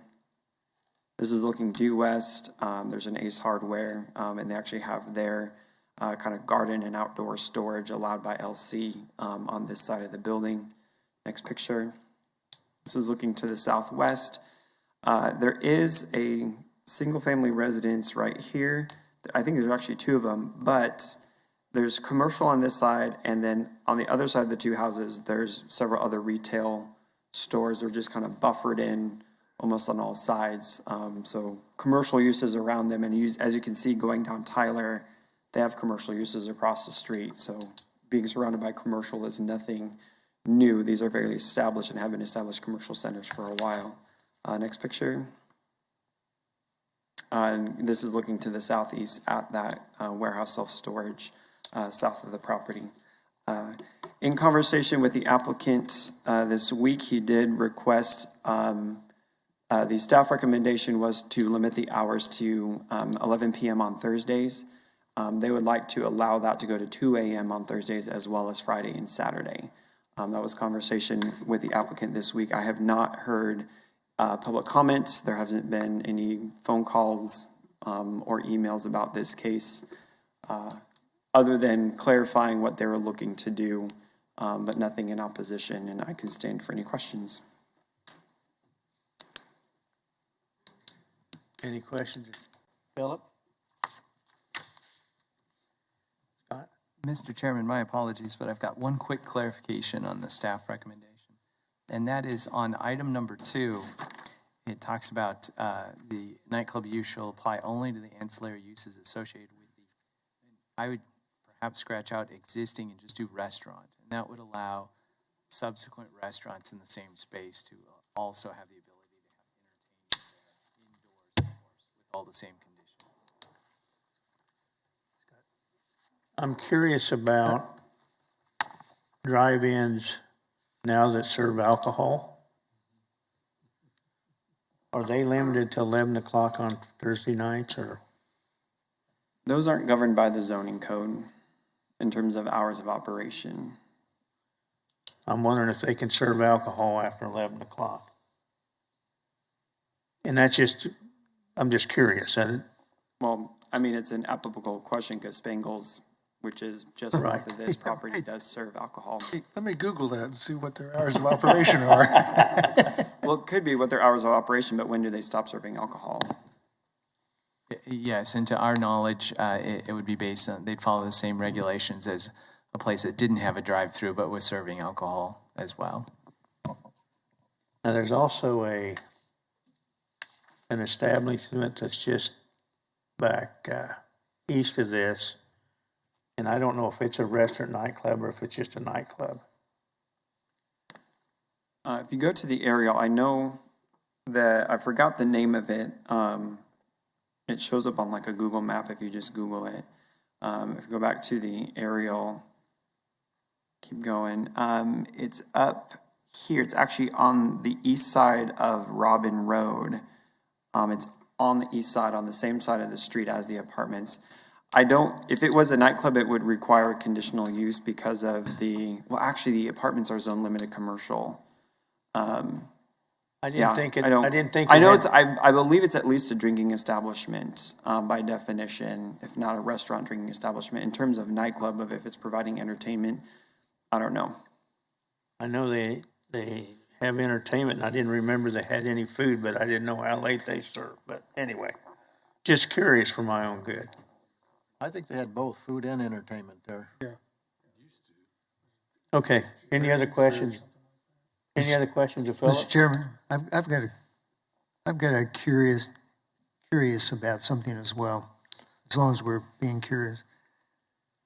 In staff meetings, you ever thought about changing the word nightclub to something else so it's less confusing? Yes, and I'm very excited that you asked that question. That's come up multiple times. We've seen instances with the Dunbar, with the bowling alley in Town East, and especially in that one, is very prominent that there were many people who came in attendance, and once they found out what was being proposed and what the definition of nightclub was, we saw a lot of people say, we're not worried about that. And so after that, we've gone to the Advanced Plans Committee, and we've inquired with them about whether or not we should move forward with looking into research about possibly changing our zoning code and those definitions. And they said yes. And so we have some draft ideas that we are now circulating among staff to get input from all the staff in the planning department, and hope to bring those back to the Advanced Plans Committee for review. And a large part of that is to do away with some of the confusion that comes from nightclub and what people think of when they hear that term versus what the definition is in the zoning code. And we think we've got a good solution so far. I just want to see what staff think about it, and then we'll bring it back to y'all. Thank you. I ask that you also consider changing the frontage of a corner lot definition while you're changing definitions. Well, if I could, I'll beg for mercy on that one. It's on our list, but we're not quite there yet, so hopefully we can chip away at some of these changes over time. Just a thought. Applicant or agent, please. Give us your name and address, please.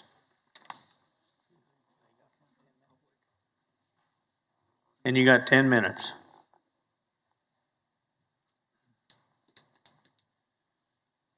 My name is Kelly Guevara. My dad, Pedro Guevara, he's the owner. The address is 602 North Tyler Road. So we had emailed Philip about extending some of our times. As a small family-owned restaurant, our business has been impacted by COVID, and we've done a lot of remodeling and changes to the business. And because people in the city are now getting to know us, we are now getting more orders for catering and things of the like. Initially we had asked him to add on Thursdays. We were hoping to just do it all days of the week. Should anybody want to have their event at our facility and drink alcohol, so that we would be permitted to do so any day of the week and not just be limited to Thursdays, Fridays, and Saturdays. So you agree with all staff comments with the exception you'd like to change Thursday from 11 o'clock to 2 a.m.? Yes. And the days of the week as well. And the what? And the days, because right now it's just Friday and Saturday, and we were hoping to just have it just open to 2, so that if someone were to want to cater some sort of event. So Thursday, Friday, Saturday. Yeah, well, to open it up to during the week as well. Like have it Monday through Saturday, or Sunday, if we ever open Sunday. You're wanting to have your hours of operation till 2 a.m., period? No. So right now, because we're changing slowly as business grows. Right.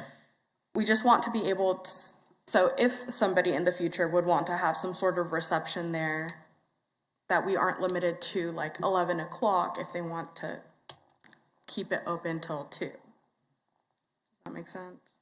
Like if they want to host some What sort of. days of the week do you want to stay open until 2? You want every day of the week? Or just Thursday, Friday, Saturday? I was thinking Thursday, Friday, and Saturday, and we close Sunday right now. If I want to do brunch, and then I want to do like a Sunday Spanish music. So I try to keep Thursday to Sunday. But if we do all this right now, I was try to be all legally to Monday to Sunday. So that doesn't mean I'm gonna be open Monday, Tuesday, and Wednesday to 2 in the morning, just in case in the future. Going to something different. I see Jerry's open there next to me, close to my business. They're that business. Yeah, so By the apartments. Yeah. Yeah, so. Any other questions to the agent or applicant? Seeing none, thank you. Thank you. Anyone else like to speak on this item? It's in the chamber. Anybody virtual want to speak on this item? Seeing none, I'll bring it back to commission. I know you know that they start serving cocktails at 6:30 in the morning at Spangles, but they quit serving at 9. How do you know all of this? I Googled. Oh, yeah. Good answer. What's the pleasure of the board?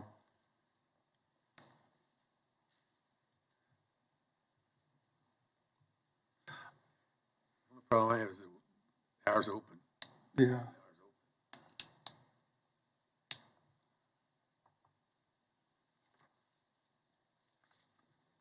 Mr. Nick.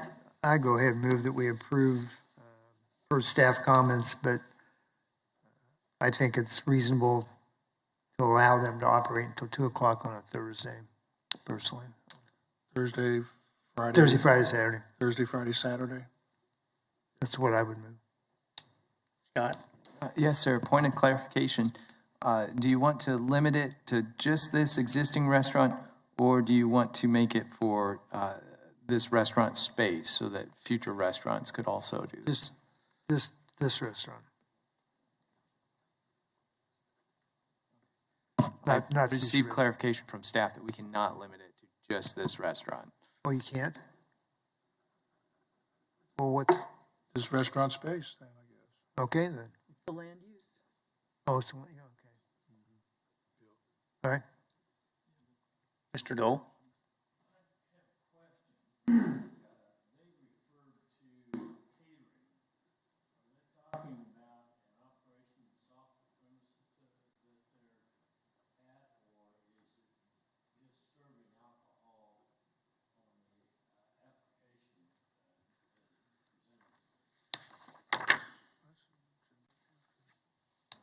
I think this just pertains to serving alcohol at this location. What they do, really, it's the ability to provide entertainment. They can already serve alcohol. I mean, entertainment and Right. entertainment So and this alcohol. doesn't give them the license. Ooh, that got really hot.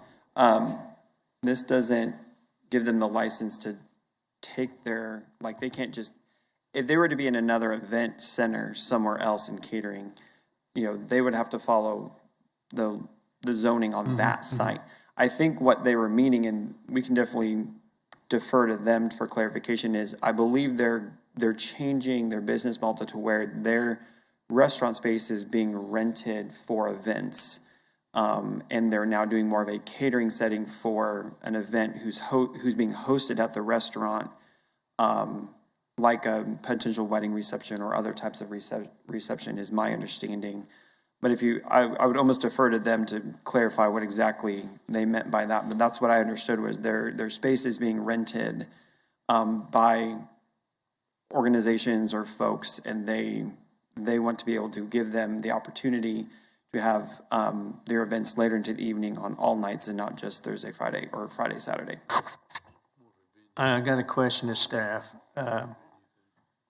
Is there a way that you could have it, say, 2 o'clock Thursday, Friday, Saturday, and then it could stay open to that late, if it's a private party not open to the public.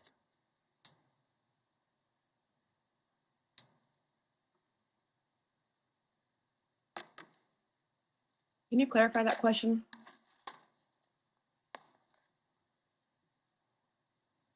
Are you meaning like episodic use as an event center till 2 when it's rented as opposed to open to the general public? Then is that changing it to an event center from a restaurant? I guess. Given the surroundings, I don't know that it matters if they're open till 2 a.m. on a Monday. Who are they going to bother?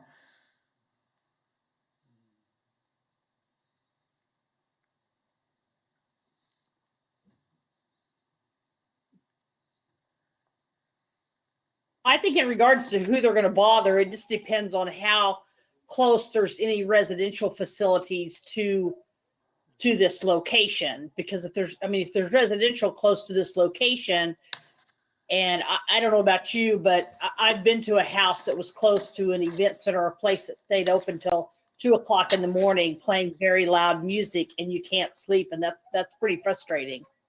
I agree, but look at the map. Where is okay, across the street and down, you're right. There's those 2 houses. I kind of forgot about those. Sorry. But that's those are not very close. You get in a position where that happens and then there's nothing you can do about it. It's just an ongoing issue and you're miserable in your house. Point, I'd forgotten about those 2 houses. Go ahead, Scott. Yes, Mr. Chairman, I think the earlier question was about whether or not the Planning Commission can make a differentiation between private events at this location and their hours of operation versus operating a restaurant that members of the public can come to.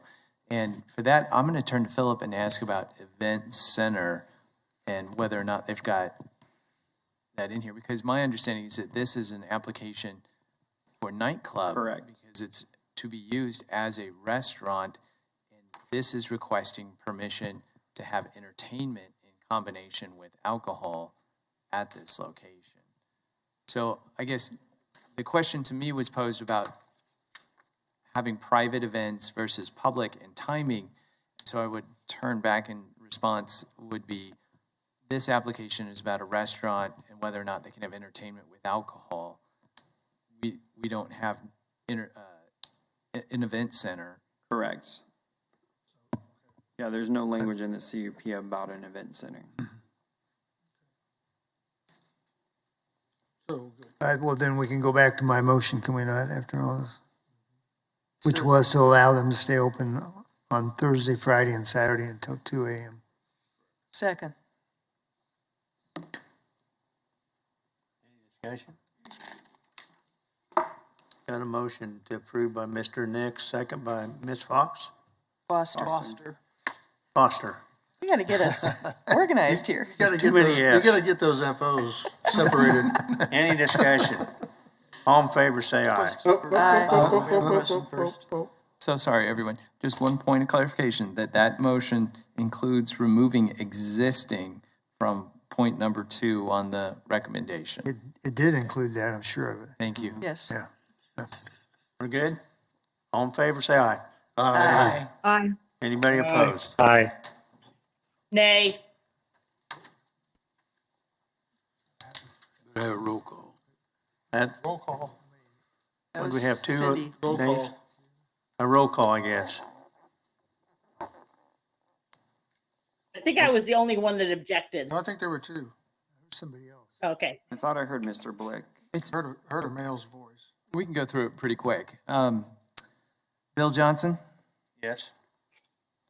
Fox, Yes. McKay, Yes. Gross, Yes. Green, Aye. Dool, Blick, Aye. Nix, Aye. Foster. Aye. Warren is not here. Joe Johnson is not here. Miles, Nay. Hartman, Yes. Florence. Yay. Was that nay? Nay. No. Okay. Aye. So, yes, aye. Okay. Thank you. So that is 1, 2, 3, 4, 5, well, it's 11. 11 to 1. I heard a male voice too, but I guess. Maybe it was just delayed from a motion to approve, so. All right, the next case is item zoning case 2021-00043. Has to do with SF5 to GO. Yes, Kathy Morgan for the Planning Department. As you can see on your zoning map, the green is all GO, and on the east side of Edwards Street is the Via Christi retirement residential homes. North of that, just south of 9th Street on both sides of this street are, again, senior retirement village. Via Christi, the applicant is requesting the SF5 lots be rezoned to general office to allow them to provide a senior center for activities and services for seniors, such as assistance with getting medical appointments, navigating those types of things. And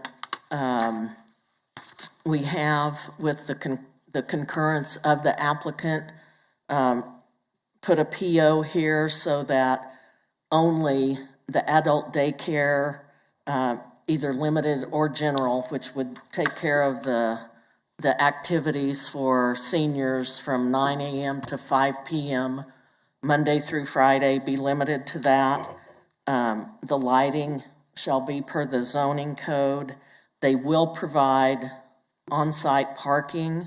A lot of the clients that will use this will be brought in by bus, that Via Christi will provide transportation services both to and from the center. There will be some people that will use their own cars. There will be no activity outside the building, and they will they will submit a plan that shows pedestrian circulation on site, the parking area, and that will be landscaped.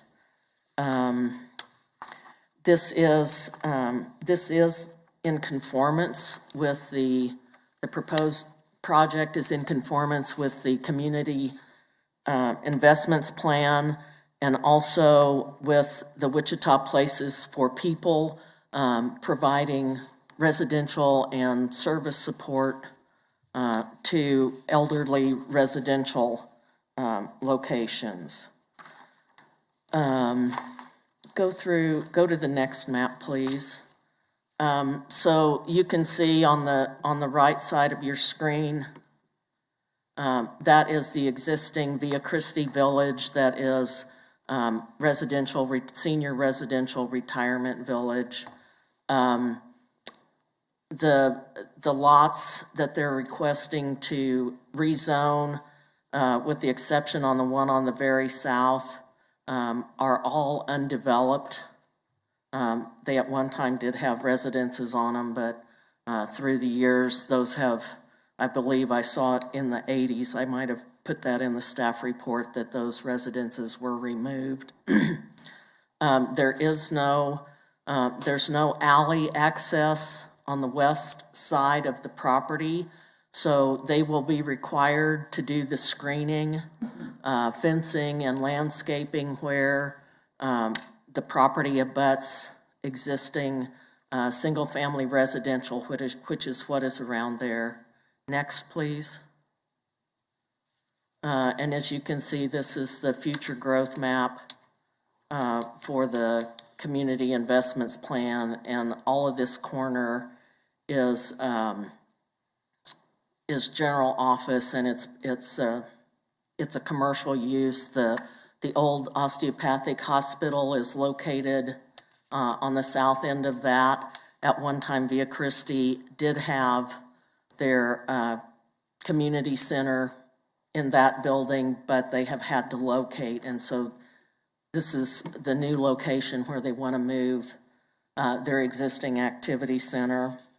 So staff, go ahead to the next. This is a proposed, this is something that they have built in other locations. So this is what the campus would look like with the parking and landscaping, that type of thing. Go to the next. Next. And then I think there's pictures. This is looking northwest. You can see the residential there on the north end of those properties. Next. This is looking directly west along that north property line of the northernmost lot. Next. This is looking southwest from the middle of those lots. Next. This is looking south along the street from in front of those lots. You can see that pod container there. Just on the south side of that is that remaining residential structure. Next. And this is looking back toward, you can see more of the residential, well, you see one of their buses parked there on the lot, and then the residential just north of that. So next.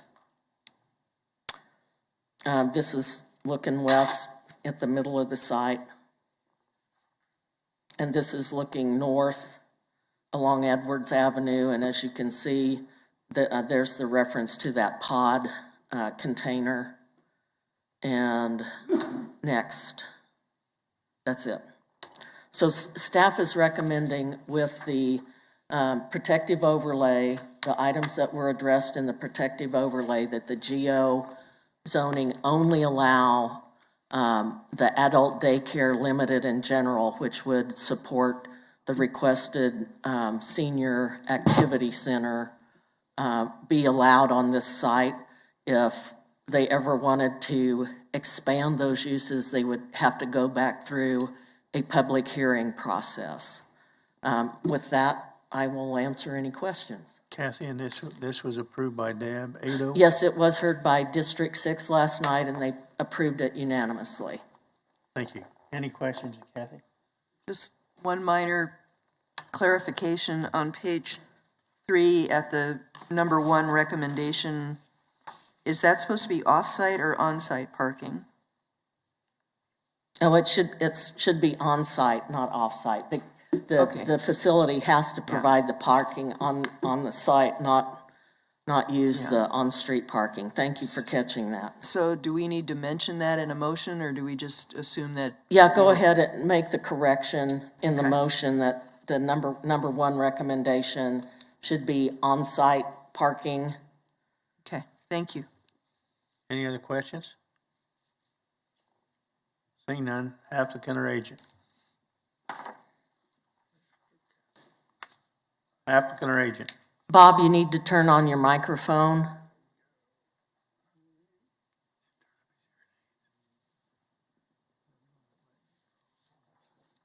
He's there. There you go. There you go. Applicant or agent? Can you hear me now? Yeah. Okay. This applicant, Bob Kaplan, 1600 Epic Center. As Kathy told you, this application is mandated by the fact that the Via Christi has lost their lease on their present location at the Riverside Hospital, the old osteopathic hospital around the corner on Central, and they're either going to relocate or they're going to have to go out of business. They've been there many, many, many years. I have a couple of people attending virtually with the organization, and they're also available to answer questions.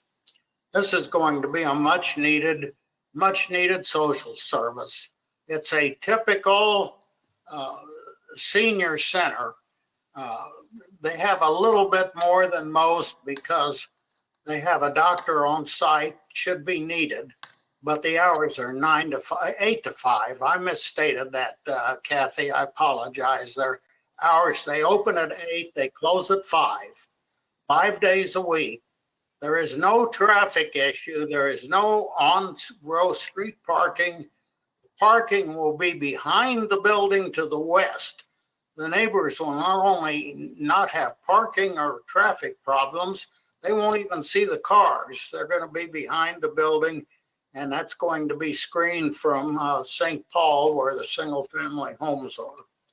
The usual issues we see in these cases are not present here. There's no outside activity. There's no lights. There's no noise. The traffic is, as I discussed, they're going to arrange for, but they have buses to move the seniors from their homes to the facility and from the facility back home. The few people that can and do wish to drive can park behind the building. So none of those issues are present. It's a very, very good social service. I'm very happy to be part of it. But basically what it is a senior center. It's the only one they have in Wichita, and supported by St. Francis Hospital. So that's pretty much the story on it. They'll be Monday to Friday, 5 days a week, 8 to 5, no overnights, no outside activity. As I told you, no lights, no noise, bus pickup, bus transportation, indoor social activities, as most senior centers provide. They'll serve a hot lunch every day.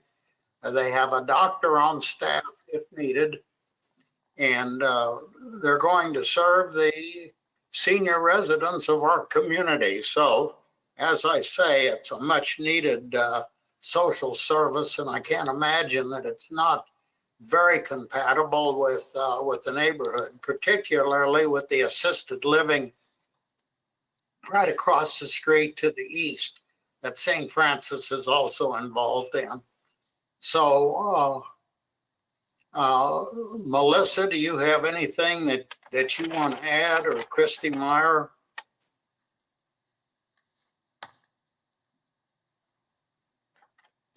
I guess not. Those are the two. Go ahead. Hi, this is Melissa Johnson at 2622 West Central, which is where we're currently located, the HOPE program through Via Christi. I am the executive director there, and everything that Bob said is correct. Our buses, which in the back is where we're going to have our buses that are going to load our participants that are in the program and reload them to go home. So that traffic that they were assuming would happen on Edwards, all of the loading is going to be in the back. And then our buses, when we are not there in the evenings and on the weekends, will be housed in the back on the west side in the back of the building. And then staffing for staff, there will be parking lots along one of the sides. I think it's on the south side of the building on those pictures that she showed earlier. And it is a day center. We do have a physician that's available for medical care. This program lowers 24% hospitalizations for elders in the community that receive Medicaid. So we are funded by Medicare and Medicaid. And being in our program, our goal is to keep individuals in the community and not in the nursing home. And our program has about 285 people in it, and only 5% of them live in nursing homes. The rest of them live in the community, in their own homes, either with their families or they live alone, and we provide services in their home. And another statistics I wanted to give you about our program is after a person has joined our program, and they've been in our program about 12 months, the mortality rate decreases to 32%. So I believe that this program is a very vital program in our community, and we have been in existence in this area, I want to say around 2003. And so I don't see by moving from the West River Plaza, which we're located at now, and our lease will be up in real soon, that it's going to have an impact, a negative or adverse impact in the community that we're currently in, because that's where everyone knows that we're located in the city. Thank you for your time. Thank you. Anything else, Mr. Kaplan? I think not. We can answer questions. Okay. The other Christie participant is Christy Meyer, who also is with us virtually. Christy, do you have anything to add? No, sir, not now, but I'm able to answer any questions as well available. I think not, Mr. Chairman. I think that's pretty much the story, but Okay. It's a very good and appropriate use for this neighborhood. Anybody on the commission have any questions of Mr. Kaplan? Seeing none, thank you. Next speaker, please. Please come forward, state your name and your address. You got it. Forgive me, I'm older than hell, so I'm a little bit slow. My name is Fred Clapp, and I live at 3127 South Bennett Street here in Wichita. And the property that I'm talking about is 763 North Edwards, which is the property directly south of this facility they're going to build. And my family owned 763 North Edwards for almost 60 years. I grew up there. In 1995, we sold it to a very dear friend that lived next door. She tore down our house and put a new one there in 1995. Yesterday, she called me and asked me if I knew what kind of screening will be between 763, which is a house south, and the buildings to the north. Please advise me of what kind of screening will be built there. Yesterday, I did visit with Kathy, a very wonderful lady. She gave me a lot of information, but I failed to ask her what kind of screening. And like I said, I grew up there.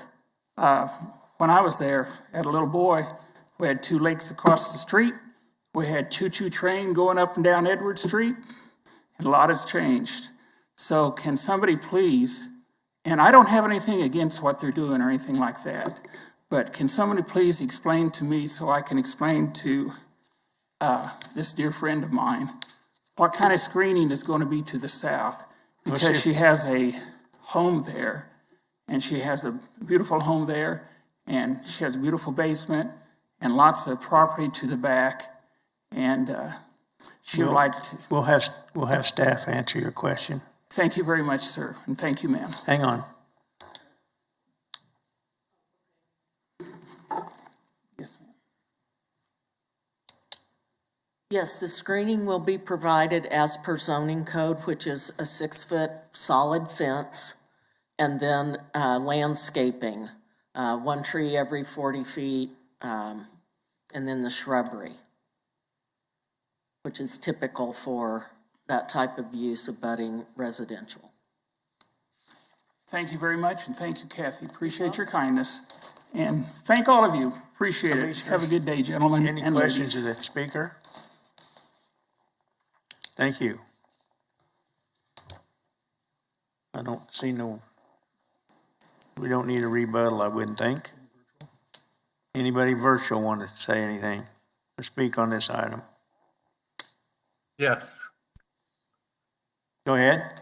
Give us your name and address. You got 3 minutes. My name is William Stavig, 782 North St. Paul. In the picture that's up on the board right now, my property is the very north to the left, to the west of theirs. And my question or concern is the way I get to my backyard right now is because my house is only 5 foot from each side. I can't get through the front with a trailer, and I come in the backside there. And just wondering if there's going to be any kind of easement back there to allow me to do that. Anything else? No, I think the Senior Citizen Center will be a great idea. Just my concern is how I'm going to get to my backyard. Okay, any questions of the speaker? Yeah. How do you get to it now? I drive through their lot, which years ago, when I bought this house, I talked to the owner and they said, no problem, just go through there. If you look on that aerial, you can kind of see you have to be careful not get lost. But It's, comes in through here and down. any other questions of the speaker? Thank you. Anyone else virtual want to speak on this item? Here and now we'll bring it back to Mr. Kaplan. I've worked with Mr. Stott. I've talked to him. We have no intention of land blocking his property. We're not going to do that. He's emailed me. I've talked to him. He's talked to Kathy. And William knows very well that we're going to work with him and we'll provide him access. I'm not going to build him an alley. We're not going to do that. That's what he really wants. But we'll give him access to his backyard. When his house was built, there was a 5-yard side setback. It was either, the side yard setback was either violated or it was only 5 feet at the time. So he's got a trailer and he can't get his trailer into his backyard from St. Paul. He does have access to St. Paul. It's just he wants access to his backyard. And as I told him, we had a nice conversation. When this is over and done, we'll figure out a way to get him back there and we'll work with him on it. And I explained that. I thought he was satisfied. All right, thank you. Okay, and I appreciate that. I just wanted it on record. Thank you.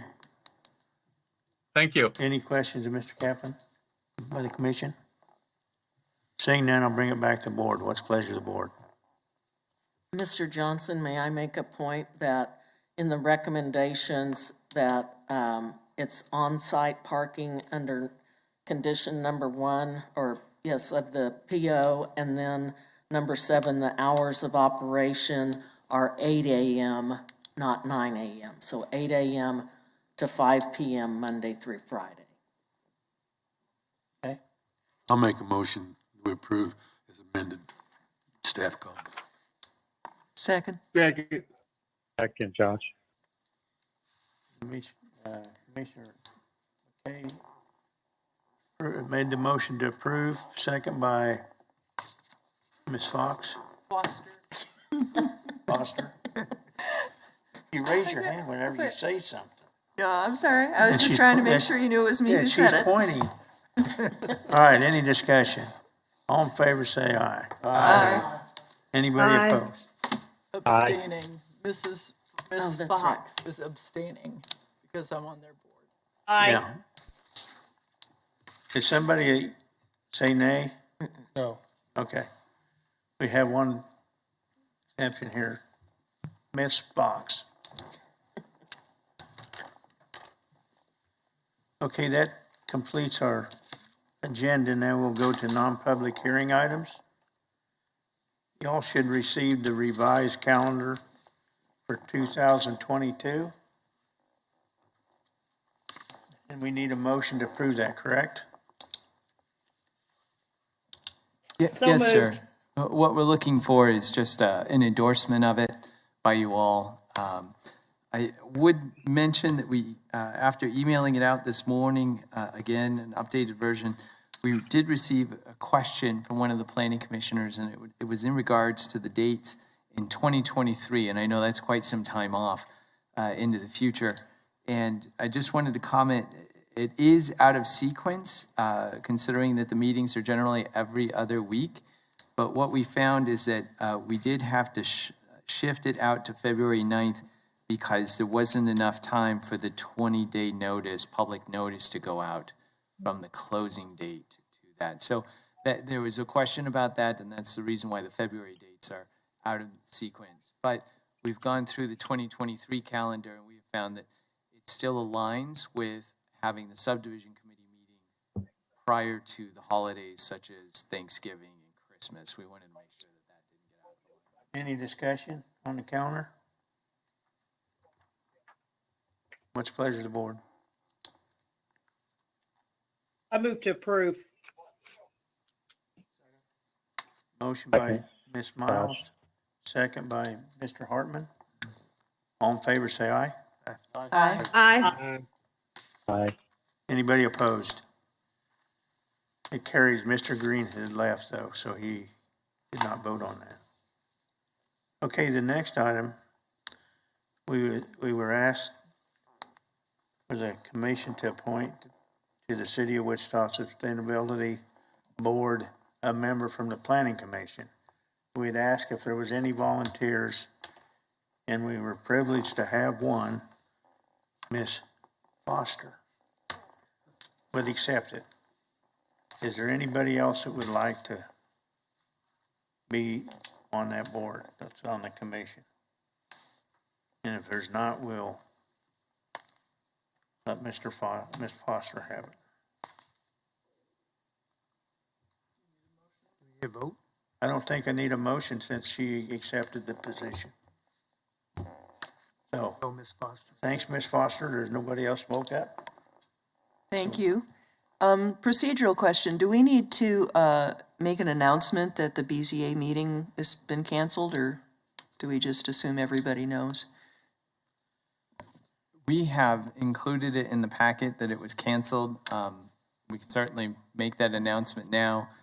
We've got 15 people who are joining us remotely, so I think we should be good. If there's no other business, we're adjourned.